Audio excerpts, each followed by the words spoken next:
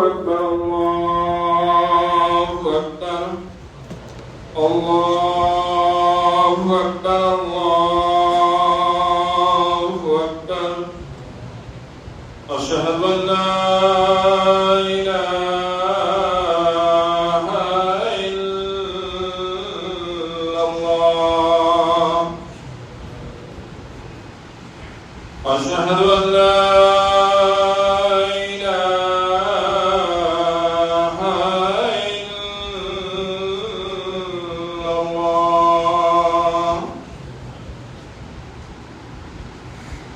أشهد أن محمدًا رسول الله أشهد أن محمدًا رسول الله حي على الصلاة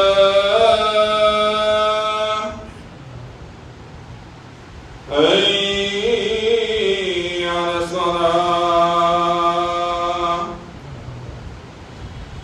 حي على الفلاح حي على الفلاح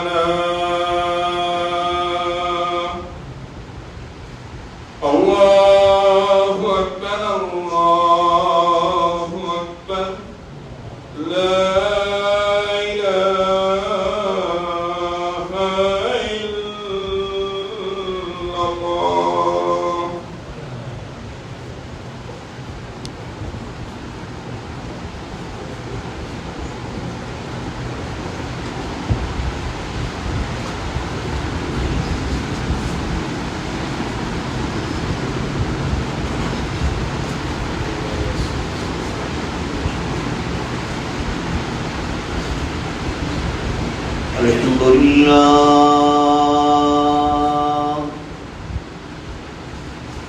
الحمد لله نحمده ونستعينه ونستغفره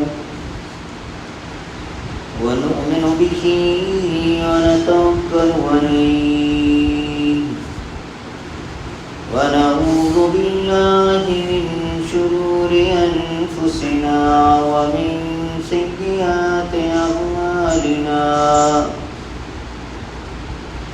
من يهده الله فلا مضل له ومن يضلل فلا هادي له وأشهد أن لا إله إلا الله وحده لا شريك له وأشهد أن محمدًا عبده ورسوله أرسله بالحق بشيرا ونذيرا وداعيا إلى الله بإذنه وسراجا منيرا أما بعد فإن خير الحديث كتاب الله وخير الهدي هدي محمد صلى الله عليه وسلم وشر الأمور محدثاتها وكل محدثة بدعة وكل بدعة ضلالة وكل ضلالة في النار من يطع الله ورسوله فقد رشد واهتدى ومن يعص الله ورسوله فقد ضل وغوى اللهم صل على محمد وعلى آل محمد كما صليت على إبراهيم وعلى آل إبراهيم إنك حميد مجيد اللهم بارك على محمد وعلى آل محمد كما باركت على إبراهيم وعلى آل إبراهيم إنك حميد مجيد. أعوذ بالله السميع العليم من الشيطان الرجيم. بسم الله الرحمن الرحيم. يسألونك عن الخمر والميسر قل فيهما إثم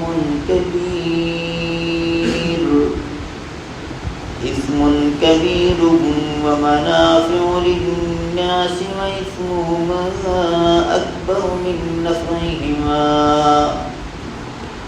ويسألونك ماذا ينفقون قل العفو كذلك يبين الله لكم الآيات لعلكم تتفكرون.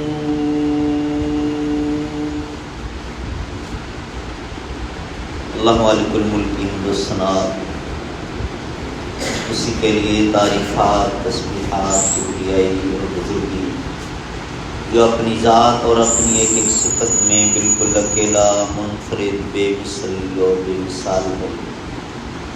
اللہ کی طرف سے، اللہ کے فرشتوں کی طرف سے اور ہم سب مسلمانوں کی طرف سے صلاۃ و سلام خاتم الانبیاء حضرت محمد مصطفیٰ صلی اللہ علیہ وسلم کی ذات اقدس پر، جو اللہ کے آخری نبی اور رسول بن کر مبعوث ہوئے، اپنے مالک کا پسندیدہ دین اسلام اور آخری سچا آسمانی صحیفہ قرآن پاک ہم تلک منون پہنچا کر اس دنیا سے رخصت ہو گئے.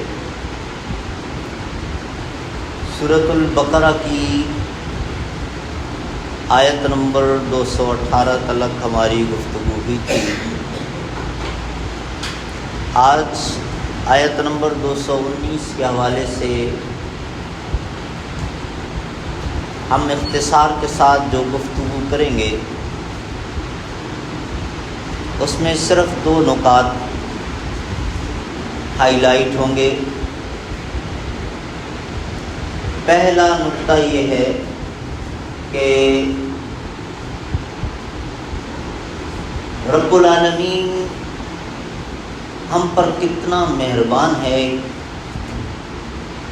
ہمارا کتنا خیال رکھتا ہے. اپنے احکام دیتے وقت، حلال اور حرام کا قانون دیتے وقت اس نے ہماری مجبوریاں، ہماری مشکلات، ہمارے مسائل، ہمارا مزاج، ہماری طبیعت، اس کا بھی کتنا خیال رکھا. اور جو ایک جملہ میں اکثر و بیشتر آپ سے کرتا ہوں کہ ہماری ماں بھی وہ محبت تصور نہیں کر سکتی جو اللہ ہمارے ساتھ کرتا ہے. حالانکہ وہ قادر مطلق ہے، احکم الحاکمین ہے، بادشاہوں کا بادشاہ ہے، ساری کائنات کا اکیلا مالک ہے. نہ کوئی اس کو مشورہ دینے کی جرات کر سکتا ہے اور نہ ہی اس کے معاملات میں کوئی مداخلت کی جرات کر سکتا ہے. اتنی طاقت اور اختیار کے باوجود سبحان اللہ اس کا ہمارے ساتھ کیسا رویہ ہے. اور بار بار وہ بات مجھے تو یاد آتی ہے کہ وَمَا قَدَرُ اللَّهَ حَقَّ قَدْرِهِ، یہ جو اللہ نے فرمایا کہ لوگوں نے مجھے پہچانا ہی نہیں، پہچانا ہی نہیں لوگوں نے اللہ. اور پھر اگر کسی نے کچھ پہچاننے کے لیے سوچ دوڑائی تو 2 گروپ سامنے. کسی نے بالکل اللہ تعالیٰ کو معاذ اللہ ثم معاذ اللہ تھانے داری سمجھ لیا کہ یہ بھی مت کرو، یہ بھی مت کرو، یہ بھی مت کرو، عذاب عذاب عذاب، اس طرف کو نکل گئے۔ اور کسی نے اللہ تعالیٰ کی شفقت اور محبت والے معاملے کو دیکھ کر کے خیر ہے اللہ کو تو منا ہی لیں گے، اس وقت جو دل چاہ رہا ہے، اس وقت جو سامنے آ رہا ہے کر لیں، بعد میں معافی مانگ لیں گے، اللہ مان ہی جائے گا۔ تو دونوں غلط ہیں، دونوں غلط ہیں۔ اللہ رب العالمین کی ہستی، رب کی شان، رب کی عظمت کا اعتراف کرتے ہوئے اللہ نے جو نظام عدل بنایا ہے، اس پر چند مہینے پہلے ہماری 5 خطبات جمعہ میں تفصیل سے بات ہوئی تھی۔ اس عدل کے تحت اللہ تعالیٰ کھرے اور کھوٹے کے درمیان فرق کرتا ہے، جزا اور سزا کا قانون وہیں سے جنم لیتا ہے۔ بہرحال ہم اس تفصیل میں نہیں جاتے۔ شراب اور جوئے کا اس آیت میں ذکر ہے، اور اللہ مالک الملک نے شراب کی حرمت 3 مراحل میں جا کر کے، حالانکہ اللہ تعالیٰ چاہتا ایک ہی مرتبہ کہہ دیتا کہ بھئی یہ حرام ہے، آج کے بعد ختم، اس کے پاس پورا اختیار تھا۔ لیکن جو بات میں نے آپ کو تمہیداً کہی ہے نا کہ اللہ ہمارے مزاج، ہماری طبیعتوں کا بھی لحاظ رکھ کے اپنے قانون ہمیں عطا فرماتا ہے، کیونکہ ہم انسان کمزور ہے نا، ایک چیز کے عادی ہو جائیں تو پھر ذرا یکدم چھوڑنا مشکل ہو جاتا ہے۔ یو ٹرن لینا ذرا، سیاستدان تو کہتے ہیں، ان کا تو مشغلہ ہے، وہ تو کہتے ہیں سیاست میں یو ٹرن ہوتے ہیں، ہم روٹین کی بات کر رہے ہیں، مزاج، عادات و اطوار میں۔ اور یہ جو اسموکنگ کرنے والے لوگ ہیں یہ بھی عام طور پہ کہہ رہے ہوتے ہیں اسٹوڈنٹ لائف سے پینے لگا تھا، اب بات تو سمجھ آ گئی ہے مولوی صاحب کی، حرام تو ہے لیکن اب کیا کروں، یکدم نہیں چھوڑ سکتا۔ پھر بعض اوقات شیطان اس کو بہکاتا ہے کہ تمہارے تو اسٹومک کا مسئلہ ہے، تمہاری تو ری نہیں چلتی پیٹ میں جب تک تم سگریٹ نہ پی لو، یہ سب بہکاوا ہے شیطان کا۔ تو وہ کہتا ہے میں یکدم کیسے چھوڑ دوں۔ یہ سارا پرابلم اصل میں ول پاور کا ہے، قوت فیصلہ بندے کی مضبوط ہو تو سب کچھ ہو جائے گا۔ اور دوسری بات یہ جو کہہ رہا ہے کہ اس وقت جناب میری تو گیس ہی نہیں چلتی جب تک میں سگریٹ نہیں پی لوں، اب تو 1 منٹ کے لیے اگر گیس کا مسئلہ آ ہی گیا، جب شروع کیا تھا اس وقت کیا تھا؟ اس وقت تو چھچورا پانی کیا نا، اس وقت تو یہ ضرورت نہیں تھی۔ تو اتنا تو مانو کہ اس وقت آپ نے، ہاں بہرحال اب چونکہ انسان کہہ رہا ہوتا ہے شیطان ہی کا بہکاوا ہے۔ ایسے لوگ موجود ہیں اسی معاشرے میں، سگریٹ، بیڑی، نسوار، پان، گٹکا طویل عرصے تک کرتے رہے، لیکن اللہ تعالیٰ نے ہدایت دی، یکدم نکال سے پھینکا، دوبارہ ہاتھ بھی نہیں لگایا، کچھ بھی نہیں ہوا ان کو، ان کے پیٹ کا نظام بھی سارا سب ٹھیک۔ جب یہ فیصلہ کر لیا کہ رب کا حکم آئے، سمجھ آ گیا، بس ختم، اس جذبے کے ساتھ جب اس نے اس کو پھینکا تو اللہ نے ساری کیفیت اس کی تبدیل کر دی۔ امتحان تو صرف اتنا سا ہوتا ہے، لیکن بہرحال دیکھیں پھر بھی اللہ نے کتنا خیال رکھا شراب کی حرمت میں۔ وہ جو آج کی اس آیت میں بیان ہوا ہے وہ تھوڑا سا میں آپ کے سامنے رکھنا چاہتا ہوں۔ سٹارٹ یہاں سے لیا کہ دیکھو اس میں کچھ فائدے بھی ہیں، نقصانات بھی ہیں، لیکن نقصان زیادہ ہے، فائدہ کم ہے۔ اچھا وہ جو فائدے ہیں نا وہ ہیں دنیاوی، آخرت کے تو ہیں ہی نہیں۔ اور دنیاوی زندگی کتنی ہے؟ 60-65 سال بس۔ اس کے بعد وہ ہمیشہ رہنے والی زندگی. اگر اس چند لمحے کی زندگی میں کوئی فائدہ پہنچ بھی رہا ہے اور وہاں اس کا نقصان ہے تو عقل مند صحابہ کرام جو ایمان لا چکے تھے ان کے لیے حکم آیا نا، چونکہ پہلے یہ روٹین چل رہی تھی، کچھ لوگ پی رہے تھے شراب، تو ان کو جب یہ کہا گیا کہ فائدہ بھی ہے دنیاوی فائدہ، اور سب کو پتا ہے وہ کیا ہے کہ بندہ کچھ دیر کے لیے ذہنی طور پر ریلیکس ہو جاتا ہے، ہر قسم کا غم فکر اور اس سے وہ اتنی سی بات ہے، اس کے علاوہ اور تو کچھ نہیں کہ بڑا پہلوان بن جاتا ہو، بڑا یہ کر لیتا ہو، بڑا وہ کر لیتا ہو، اور تو کچھ نہیں ہے. شراب پی کے پہلے 1 لاکھ روپیہ کماتا تھا تو اب 10 لاکھ کما لے گا، ایسا بھی نہیں.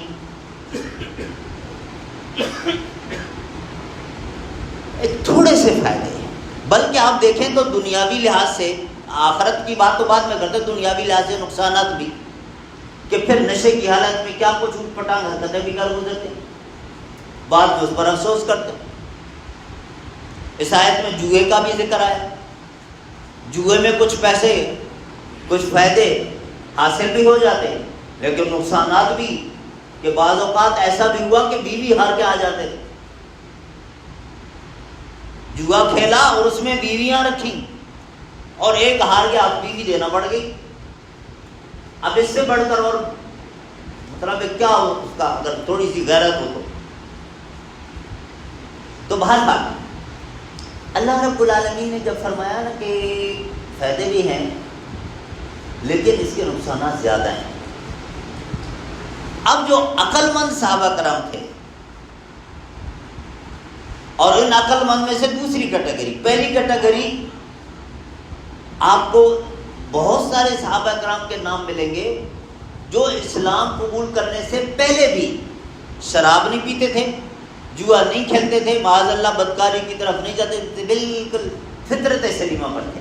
حضرت ابوبکر صدیق جیسے، حضرت عمر فاروق جیسے، جلال ان کا اپنی جگہ پہ لیکن ان کا مومن نہیں تھے.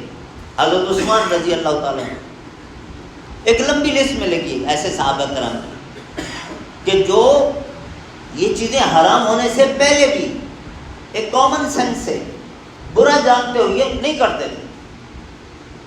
تو جب یہ حکم آیا کہ فائدے ہیں آپ کو نظر آ رہے ہیں تھوڑے سے، نقصانات زیادہ ہیں، انہوں نے کہا جب نقصانات زیادہ ہیں، اب دوسری کیٹیگری جو پی رہے تھے شراب، انہوں نے کہا جب نقصان زیادہ ہے تو چھوڑو، دفع کرو. آپ لوگ آپ اس وقت دیکھ لیں، جو بندہ بھی کاروبار کرنا چاہتا ہے بڑے سے بڑے لیول سے لے کر چھوٹے سے چھوٹے لیول تک پہلے اینالائزس کرتا ہے، اچھی طرح چیک کرتا ہے پروفٹ کے کتنے چانسز ہیں اور لاس کے کتنے چانسز ہیں. اب عقل مند کیا کرتا ہے، جس چیز میں نقصانات زیادہ نظر آ رہے ہوں اس طرف نہیں جاتا، رسک نہیں لیتا، جس میں فوائد زیادہ ہوں اسی طرف جاتے ہیں. تو بہرحال بہت سارے صحابہ کرام نے، حالانکہ ابھی اللہ نے اس کو حرام نہیں کہا، صرف اتنا فرمایا کہ اس میں فائدے ہیں لیکن نقصانات زیادہ ہیں، تو سمجھ گئے کہ اللہ رب العالمین جب یہ بات فرما رہے ہیں نا تو نقصانات جب زیادہ ہیں تو رب کی بات ہی سچ ہے، چھوڑ دیا. بہت اچھی بات ہے، ضروری نہیں کہ ہم حرام کا لفظ ہی سننا چاہیں. پتہ چل گیا کہ اللہ کو ناپسند ہے، نبی کو ناپسند ہے، چھوڑ دو اس جذبے کے ساتھ. اس کے بعد دوسرے مرحلے پر وہ آیت آئی، یا ایھا الذین آمنوا لا تقربوا الصلاۃ وانتم سکارا، اے ایمان والو جب نماز کا وقت قریب آ جائے تو اس وقت نشہ نہ کرنا. نشے کی حالت میں انسان کو کچھ پتہ نہیں ہوتا، ہوش میں نہیں ہے پوری طرح. اب نماز تم پر فرض ہے، نماز پڑھو گے، اور پھر نماز میں جب ہوش و حواس ہی پوری طرح ٹھیک نہیں ہے، کیا پڑھ رہے ہو کیا نہیں پڑھ رہے ہو، لہذا حرام۔ اب نماز کے وقت کے قریب حرام ہو گیا، باقی اوقات میں جائز ہے، لیکن جب نماز کا وقت قریب آیا تو حرام ہو گیا۔ اچھا، اب اس پر کیا کیا صحابہ کرام نے؟ ہاں جی، مثلا ظہر کی نماز پڑھی، ظہر کی نماز پڑھنے کے بعد گئے کھانا وانا کھایا یا کلولہ کیا، اس کے بعد پتہ ہے کہ 2 گھنٹے کے بعد اثر ہو جانی ہے۔ اگر ابھی میں ڈرنکنگ کرتا ہوں تو پھر عصر کی نماز کا وقت قریب ہے، پھر وہ نشہ طاری ہوگا، تو اس حکم کے زمرے میں آ جاؤں گا کہ نماز کے وقت کے قریب حرام ہے۔ یہ تھوڑا سا وقت گزر جائے گا، جیسے پہلے گزر گیا بھی گزر جائے گا، چھوڑ دیا۔ اب کچھ لوگوں نے اس اسٹیج پر آ کر چھوڑ دیا کہ جب نماز کے وقت کے قریب چھوڑنا ہے تو مستقل ہی چھوڑ دو،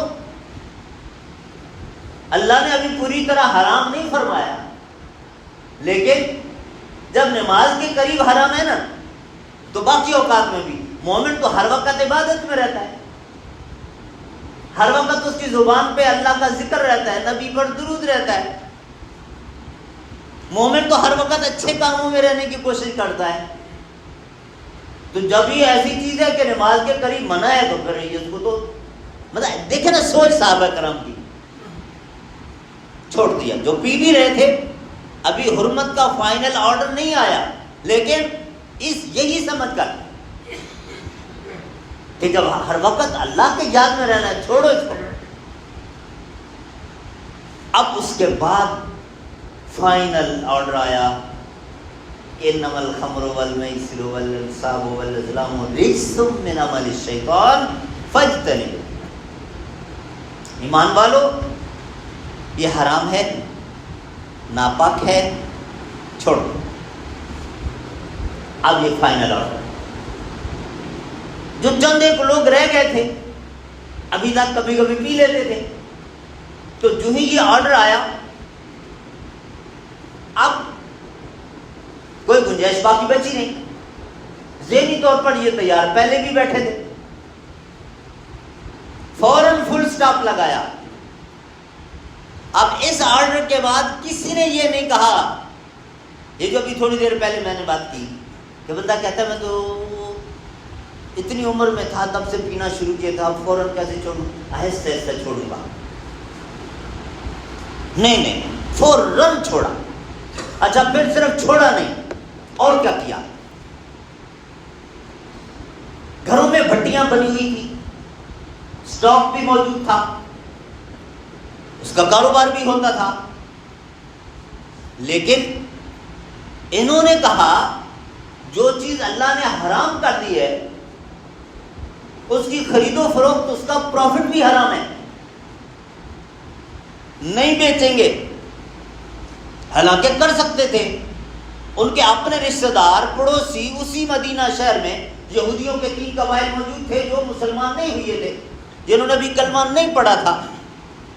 تو جس نے ابھی تک کلمہ نہیں پڑھا اس کے لیے تو حلال حرام کا یہ قانون نہیں ہے نا، پہلے کلمہ پڑھے پھر اس پر ساری چیزیں لاگو ہوں گی۔ عام طور پہ جو ہم کہتے ہیں، جو لوگ سوچتے ہیں پہلے کلمہ تو پڑھو،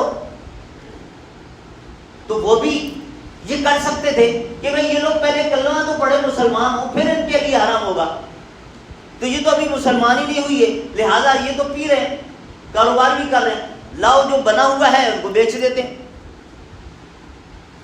لیکن صحابہ کرام نے کیا موقف اپنا، رسول اللہ نے منع نہیں کیا کہ بھئی اس کا بیچنا حرام ہے، آگر سلم کی طرف سے تو بھی یہ آرڈر ہی نہیں آیا، خود اپنے طور پہ کہ جو چیز رب کو ناپسند ہے، رب نے منع کر دی ہے، نبی نے منع کر دیا ہے، اس پر ہم پروفٹ کمائیں، اس پر کاروبار کریں، نہیں کریں۔ کتنی اعلیٰ سوچ ہے۔ اچھا چلے جی، کاروبار تو نہیں کر رہے، چلیں یہی اپنے جو رشتہ دار یا پڑوسی جو غیر مسلم ہیں ان کو گفٹ کر دیتے ہیں۔ حیرانگی ہوتی ہے، آج ایسے لوگ موجود ہیں ہمارے معاشرے میں، مسلمان جدی کشتی، اور خود اسموکنگ بھی نہیں کرتا ہے، سگریٹ نہیں پیتا ہے، لیکن ایک افسر کے پاس جا رہا ہے، اس سے ملاقات ہے، اچھا جی گفٹ میں کیا لے جاؤں؟ آپ جناب، میں تو سگریٹ نہیں پیتا ہوں، وہ تو پیتے ہیں نا، تو اعلیٰ کوالٹی کا سگریٹ کا جناب ایک ڈبہ اٹھائے گا اور جا کے گفٹ پیش کرے گا۔ یہ شعور کی کمی ہے۔ صحابہ کرام نے کیا کیا کہ جو چیز حرام ہے اس کا کاروبار بھی حرام ہے، اس کا گفٹ دینا بھی حرام ہے، وہ ہدیہ بھی ہم نہیں دیں گے، گلیوں میں بہا دیا، ضائع کر دیا، بٹیاں توڑ دی، برتن بھی توڑ دیے، وہ دم فوراً یو ٹرن۔ اللہ کو ان کی یہ ادا اتنی پسند آئی۔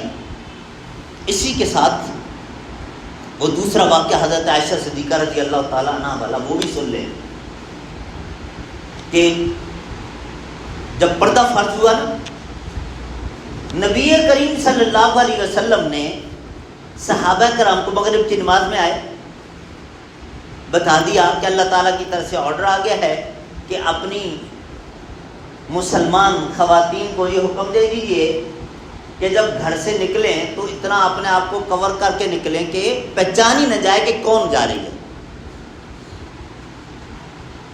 اب انہوں نے جا کر اپنے گھروں میں اپنی خواتین کو بتا دیا، اور اس کے بعد پھر عشاء کی نماز پڑھنے کے لیے مسجد نبی میں آ گئے۔ عشاء کی نماز کے بعد واپس اپنے گھروں میں گئے سونے کے لیے۔ حضرت عائشہ فرماتی ہیں کہ ہمارا مدینہ کا یہ کلچر تھا کہ کھانا وانا ڈنر جو ہے سب پہلے ہوتا تھا، عشاء کی نماز کے بعد کوئی بندہ جاگتا ہوا نہیں ملتا تھا، کسی گھر میں لائٹ جلتی ہوئی نہیں دکھائی دیتی، سب سو جاتے تھے۔ لیکن اس رات میں نے دیکھا ایک گھر میں بھی آگ جل رہی ہے، دوسرے گھر میں بھی روشنی آ رہی ہے۔ چنانچہ میں نے سوچا کہ ممکن ہے کوئی بیمار، کوئی پریشان، تو ان کی خبر گیری کی جائے۔ ایک گھر میں گئی، دیکھا، پھر دوسرے گھر میں گئی، سیم چیز۔ کیا دیکھا؟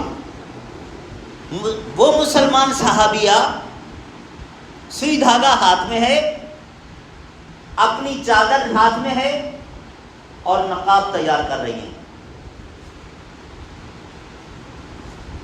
راتوں رات ہی کیوں ضروری ہو گیا؟ یہ جو ہم کہتے ہیں نا، اچھا جی آج حکم آیا ہے، چلیں اتوار بازار لگے گا لے لیں گے، جمعہ بازار لگے گا، میاں کو تنخواہ ملے گی 1 تاریخ کو، کر لیں گے نا۔ ابھی آج ہی تو حکم آیا ہے، فوراً ہی کر لینا کون سا ضروری ہے؟ اللہ غفور رحیم بھی تو ہے۔ یہ بہانے ہمیں آتے ہیں، ان کو نہیں آتے تھے۔ ان کا جو لائف سٹائل تھا وہ یہ تھا کہ ابھی حکم آ گیا، پتہ چل گیا مجھے، تو رات کا اتنا دورانیہ میرے پاس ہے نا، صبح ہونے سے پہلے میرا نقاب، میرا برقع، میرا پردہ تیار ہونا چاہیے کہ فوراً ہی کہیں نکلنا پڑ جائے تو ایک مرتبہ بھی اللہ کے حکم کی خلاف ورزی نہ ہونے پائے۔ یہ تھا ان کا انداز۔ پہلے پارے کے آخر میں وہ آیت ہم پڑھ کے آئے ہیں، اس پر ہماری تفصیلی بات بھی ہوئی تھی کہ اللہ رب العالمین نے جب ان کا یہ سٹائل دیکھا نا صحابہ کرام کا، یہ شراب والی مثال آپ کو دی، یہ پردے والی دی، تو فرمایا فَإِنْ آمَنُوا بِمِثْلِ مَا آمَنْتُمْ بِهِ فَقَدْ اهْتَدَوْا۔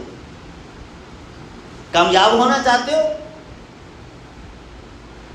تو یہ راستہ ہے، اس طرح مومن بنو جس طرح یہ صحابہ بنے۔ ان کو ہیلے بہانے، ٹال مٹول، یہ اٹکل پچو، ہیرا پھیری، یہ ان کو نہیں آتی تھی۔ ادھر حکم سنا، ادھر گردن جھک گئی۔ صحابہ کرام کے اس عمل کو، ایمان کے اس انداز کو، فرمانبرداری کے اس جذبے کو اللہ تعالیٰ نے ہمارے لیے معیار بنا دیا۔ رہتی دنیا تک، یہ 2023 تو چل رہا ہے نا، اس کے بعد نہ جانے کب قیامت قائم ہوگی۔ دنیا کی آخری گھڑی تک سب لوگوں کے لیے کہ اگر کامیاب ہونا چاہتے ہو دنیا میں بھی اور آخرت میں بھی، ہدایت پر آنا چاہتے ہو، تو یہ صحابہ تمہارے لیے رول ماڈل ہے. ان جیسا ایمان، ان جیسا تقوی، حلال اور حرام کا اس انداز سے آپ کو خیال رکھنا ہے لمحے بھر کے لیے. آج یہ بڑا المیہ ہو گیا ہمارے لیے. ایک طرف ہم گناہ کرتے ہیں، دوسری طرف توبہ بھی نہیں کرتے، معافی بھی نہیں مانگتے. یہ غفلت کا بہت بھیانک درجہ ہے. کچھ لوگ ہیں کہ توبہ کا ایک احساس تو ہوتا ہے، لیکن وہ اس انداز سے اچھا جی اللہ غفور رحیم، کیا کریں یہ پرابلم، یہ پرابلم، بس بعد میں اللہ تعالیٰ سے معافی مانگے. یہ بھی بہت بڑا رسک ہے. رسک کس لیے ہے؟ دو باتیں ہیں. پتہ نہیں توبہ کا موقع ہی ملے یا نہ ملے.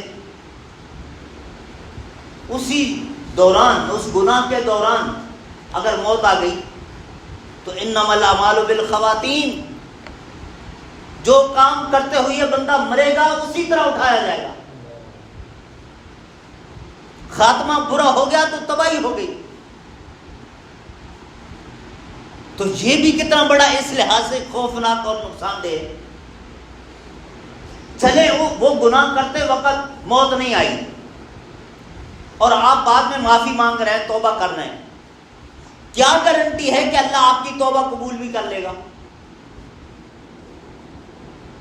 کوئی گارنٹی نہیں ہے. آپ لاکھ معافیاں مانگتے رہیں، اللہ قبول نہ کرنا چاہے. کہ جب تم یہ گناہ کرنے لگے تھے اس وقت بڑے چودھری بنے ہوئے تھے، بڑا ناز تھا. اب بتاؤ، اب دیکھیں پیارے نبی صلی اللہ علیہ وسلم کا بھی وہ واقعہ موجود ہے نا کہ آپ صلی اللہ علیہ وسلم نے اللہ تعالیٰ سے یہ دعائیں کی اور اللہ نے یہ مان لی اور فرمایا یہ نہیں مانا. نبی نبی نبی نبیوں کا سردار، ان کو بھی اللہ تعالیٰ نے 3 دعائیں کی تھی، فرمایا یہ 2 مان لے تو یہ نہیں مانا. قادر مطلق ہے، وہ نبی اگر نہیں منوا سکے ہم کس بات کی مولی ہیں. لہذا یہ بھی بہت بڑا رسک ہے کہ بندہ توبہ کی نیت سے گناہ کر رہا ہو. لہذا میرے بھائیوں، عرض کرنے کا مقصد یہ ہے کہ رب العالمین نے اپنے نبی کے ذریعے ان صحابہ کرام کی جو تربیت کی اور پھر ان کے اس لائف سٹائل کو ہمارے لیے رول ماڈل قرار دیا. فرمایا کہ یہ ہدایت یافتہ لوگ ہیں، تم اگر کامیاب ہونا چاہتے ہو تمہارے لیے بھی یہ. تو آج صحابہ کرام کی سیرت پڑھیے اور اس انداز سے نبی کی ہر سنت کو، نبی کے ہر حکم کو فالو کرنے کے لیے اپنے آپ کو کمر بستہ کر لیں. تو اللہ تعالیٰ نے جس طرح ان کو نوازا تھا ہمیں بھی نوازے گا. رب نے تو ایک میرٹ رکھا ہے نا. اللہ کے نزدیک کوئی چہیتا، کوئی لاڈلا، کوئی ایسا کچھ نہیں ہے. فیوریٹزم، ڈسکریمنیشن نہیں ہے، عدل ہے. جو بھی اس میرٹ پر اترے گا، جو بھی وہ کوشش کرے گا، اللہ اپنا وعدہ نہ توڑتا ہے نہ بھولتا ہے. اتنی سی بات اگر سمجھ میں آ جائے تو انشاءاللہ بیڑا پار ہے. اللہ رب العالمین ہم سب کو صحیح معنوں میں اپنے پیارے نبی صلی اللہ علیہ وسلم اور ان کے صحابہ کرام کے طریقہ کار پر چلنے کی توفیق عطا فرمائے اور ہم سب کا خاتمہ اللہ ایمان پر فرمائے. سبحان ربک رب العزت عما یصفون وسلام علی المرسلین والحمد للہ رب العالمین.